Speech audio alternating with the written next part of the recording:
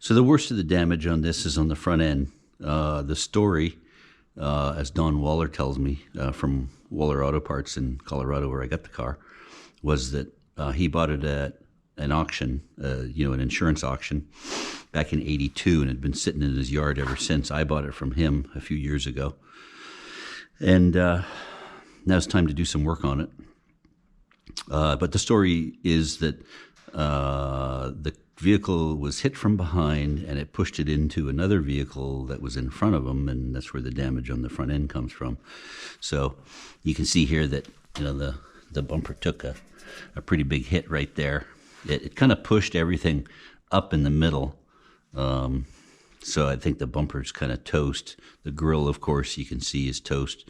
Radiator support is, pushed back in the middle. Might be able to straighten that. If not, then I've got a straight one, up on the rack up there.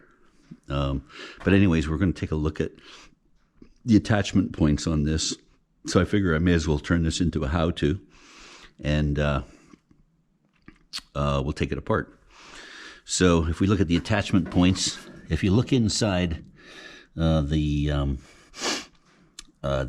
fender on the inside, where it attaches to both the inner fender, and there's a splash guard down there, you see a couple of bolts.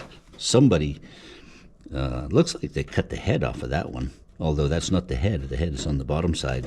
This one's missing. And then, of course, there's the battery box attached to the inner fender, attached to the radiator support, core support, whatever you want to call it, right here, in two places.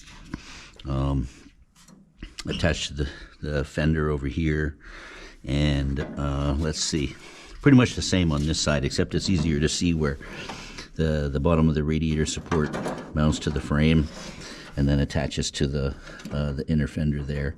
These all come out from underneath. Well, not all of them, but a lot of them do. And we kind of get the same thing here too. Looks like somebody tried to take it apart.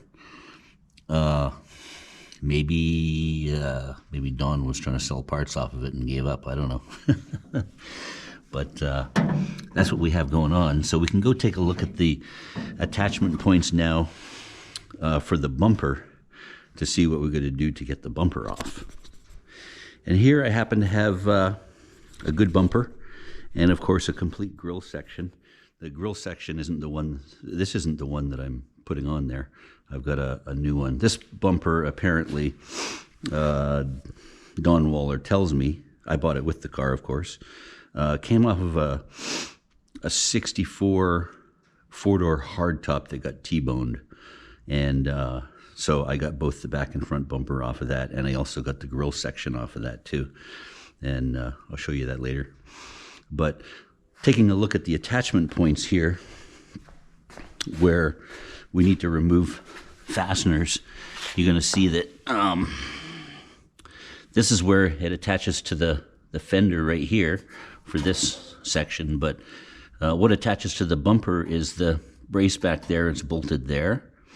And in the center, there's a support right here. I don't know if you can see that, attached to the center section of the bumper. And it's got a stud that comes up through here. You have to take that apart.